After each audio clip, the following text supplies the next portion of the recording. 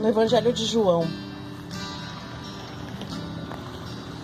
capítulo 15, e versículo 13. O Senhor tem falado já praticamente o mês todo de abril comigo através do Evangelho de João. Se eu posso falar algo nessa noite para você, leia o Evangelho de João. O Evangelho de João é algo surpreendente. Eu vou dizer para você assim, porque aconteceu comigo. Eu nunca tinha parado para ler todo o Evangelho de João. E quando eu parei para analisar o Evangelho de João, eu me espantei assim, e eu senti algo transformador dentro de mim. É engraçado, né? Depois de 20 anos de fé, você sentir que Deus está te transformando, que tem mais coisas para ser feita. Você não chegou no teu limite ainda. Deus tem mais coisas para fazer na nossa vida. Então, o andar com Deus é diferente porque não se torna rotina. Cada dia o Senhor tem mais coisas para fazer na nossa vida. Cada dia Ele tem algo diferente, algo novo para fazer na nossa vida. Evangelho de João, capítulo 15, versículo 13. Diz assim: ninguém tem amor maior do que este, de dar a alguém a sua vida pelos seus amigos. Vós sois meus amigos se fizerdes o que eu vos mando. Já não vos chamo servos, porque o servo não sabe o que o seu senhor faz, mas vos chamo amigos, porque tudo quanto ouvi do Pai vos dei a conhecer. Amém? Amém. Que palavra, né? Pode se sentar nessa noite, aquele que quiser ficar em pé. O Evangelho de João, ele esconde riquezas de detalhe. Se você parar para analisar, nos outros evangelhos, Lucas, Marcos, Mateus, nenhum dos evangelhos você vai encontrar uma riqueza de detalhes dos milagres que Jesus fez. Você vai ver no Evangelho de João a mulher samaritana sendo chamada para ter um encontro pessoal com Jesus na beira de um poço. Você vai ver um coxo de nascença sendo curado. Você vai ver o chamado, que tem o nome do nosso grupo, né? Siloé, os enviados. Você vai ver tantas coisas que você não vai achar nos outros evangelhos. Mas, acima de tudo, no Evangelho de João, Jesus faz uma oração especial. É uma oração que ele transmite para os seus discípulos o amor que ele sentia por cada um deles. E eu quero que nessa noite você compreenda. Jesus, quando veio a essa terra, ele era um homem como qualquer outro. Ele era um homem de carne e osso. Ele era um homem com sentimentos. Era um homem enviado de Deus para trazer salvação à humanidade. E se você parar para analisar, no início, bem no início, o homem se afastou de Deus por causa do pecado. O homem acabou se afastando de Deus porque havia uma aliança que Deus havia feito com o homem. Deus fez uma aliança desde o princípio. Ele fez uma aliança com o homem. E o homem quebrou essa aliança. Então Deus já não podia mais suportar a humanidade da forma que andava. E ele resolveu mandar Jesus. Jesus veio na forma de homem, sujeito às mesmas fraquezas que eu e você. Eu quero que você pense nessa noite. As dores que você sente, a dor de ser traído, a dor da mentira, a dor do engano, tudo isso Jesus sentiu. Não é para nós apenas, ele passou por tudo. Nada foi tirado dele, tudo, por tudo que ele passou, você passa, ele passou. Ele sentiu fome, ele sentiu frio. Ele disse que ele não tinha onde colocar a cabeça, não tinha onde colocar, se inclinar a cabeça.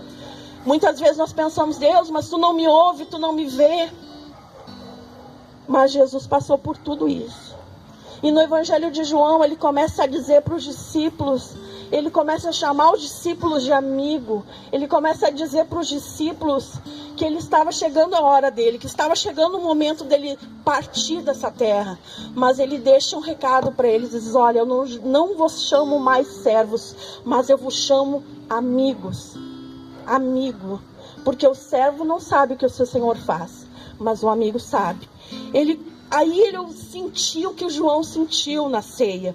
Ontem, na hora da peça, teve momentos assim que foi extraordinário, que você entra na cena e você começa a compreender que a Bíblia não deixa de ser um papel apenas, mas ela se torna real na tua vida.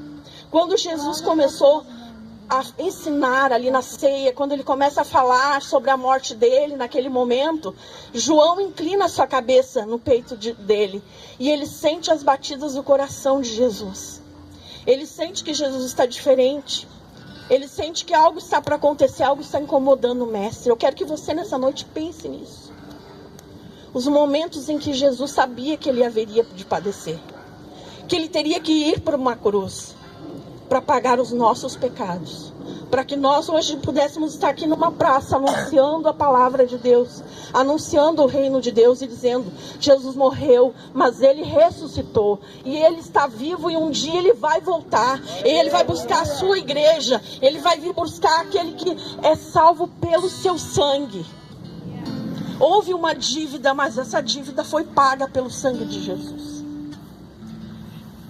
E nesse momento, João inclina sua cabeça no peito de Jesus e vê que algo está diferente, algo está estranho. Jesus, ele tem algo no coração dele que angustia ele, sabe? Eu creio que era os momentos da morte que ele sabia que ele teria que passar. Só que João, ele começa a entrar na história comigo. Quando Jesus encontrou 3 homens à beira do mar, pescadores, homens simples, homens que não tinham instrução, homens que não eram conhecedores muito, mas eram homens que estavam passando por uma dificuldade, assim como a nossa irmã, talvez financeira, uma luta. E Jesus chama eles e diz assim: ó, eu vos chamo para ser pescadores de homens. Ele chama esses homens sem muito estudo para se tornarem pregadores da palavra de Deus. E esse João, esse Tiago eram chamados filhos do trovão. E eu comentava com o Ricardo: por que filhos do trovão, né? Temperamento explosivo, temperamento forte, temperamento que, se não é do jeito que eu quero, eu não vou fazer. É desses que Jesus gosta. É desses que ele chama. É esses que ele vem, e ele vem lapidando. E aí ele faz desses discípulos que são filhos do trovão, apóstolos do amor, como João. Apóstolos do amor. Ele ensina a amar. Nessa noite eu creio que aqui nessa praça Deus está nos ensinando a amar. Nos ensinando a nos alegrar um com os outros, com a alegria da irmã, com a alegria de alguém que foi curado, a alegria de alguém que foi curado pela depressão. Eu quero que nessa noite você, que é luz, você que é sal da terra, você que é luz neste mundo de trevas, você proclame aqui nessa praça, aqui nessa morada do vale, que aqui é um lugar de Deus sobre essa terra, que muitas vidas vão ser salvas aqui, muitas vidas vão se reconciliar com Jesus, como já tem acontecido aqui. A tua família vai ser salva através da tua fé. Eu creio assim. Nós somos povo de Deus. No Evangelho de João, ele vem unificar ali os discípulos e vem mostrar para os discípulos que é impossível fazer a obra de Deus individualmente. Ele ensina os discípulos a unidade. Ele ensina os discípulos que nós devemos pegar uma mão do outro quando estamos fracos. Ele ensina os discípulos que nós devemos ter comunhão um com os outros, que nós devemos nos reconhecer até mesmo no olhar. Ele nos ensina que nós devemos nos preocupar e amar o nosso semelhante como Jesus nos amou. Isso é o maior mandamento, e ele diz: eu vos dou um novo mandamento, que vos amei uns aos outros, como eu vos amei. E assim se cumpre toda a palavra. Ele nos manda nos amar. Quando nós nos preocupamos com o próximo, quando nós nos preocupamos com os nossos irmãos, nós estamos cumprindo o maior mandamento de Jesus, que é amar sobre todas as coisas. Quando, no momento ontem da crucificação, o Rafa foi extraordinário na atuação dele lá ontem, eu olhava e dizia assim: como pôde Jesus, que viu toda a glória dos céus, que viu toda a glória de Deus, se sujeitar, se despir de toda a santidade dele, subir numa cruz, ser crucificado, ser humilhado, tomar todo tipo de xingamento que ele tomou lá. e não abrir a sua boca como uma ovelha muda. E ele não abriu a sua boca. E eu consigo entender que João entendeu isso. O apóstolo João entendeu isso. E se você ver as outras cartas do apóstolo João, ele vai falando: filhinho, não pequeis, mas se vocês pecar, tem um advogado justo perante o Pai, que é Jesus de Nazaré. Não deixa o inimigo jamais dizer para ti que você não é digno, que você não pode, porque você tem o teu pecado A, o teu pecado B. Mas sempre que acontecer isso, você diz: eu tenho um advogado perante o Pai, que é Jesus. Ele pagou o preço pelos meus pecados e me fez livre do jugo do pecado. Você consegue entender isso?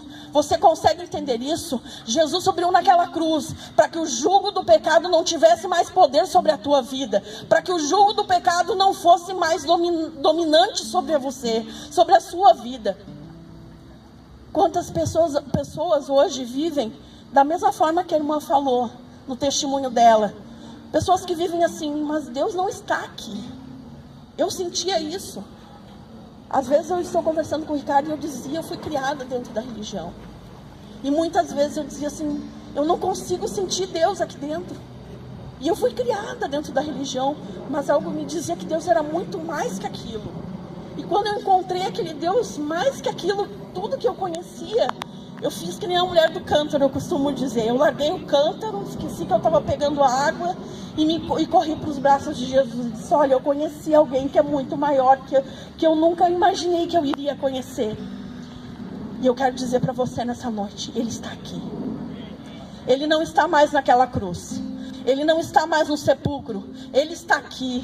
Ele está onde está 2 ou 3. Ele está lá no teu quarto quando você chora. Ele está lá do teu lado quando você dobra o teu joelho. Ele está lá quando você está lutando contra o pecado. Ele está lá do teu lado. Em todos os momentos da tua vida, eu costumo dizer, nos momentos que eu nem conhecia Ele, Ele estava do meu lado. Nos momentos que eu nem imaginava que Jesus podia estar do meu lado, Ele estava do meu lado. Hoje eu vejo que aquela coisinha, aquela coisa que me livrou de eu sair na noite, Jesus estava ali me livrando de algo.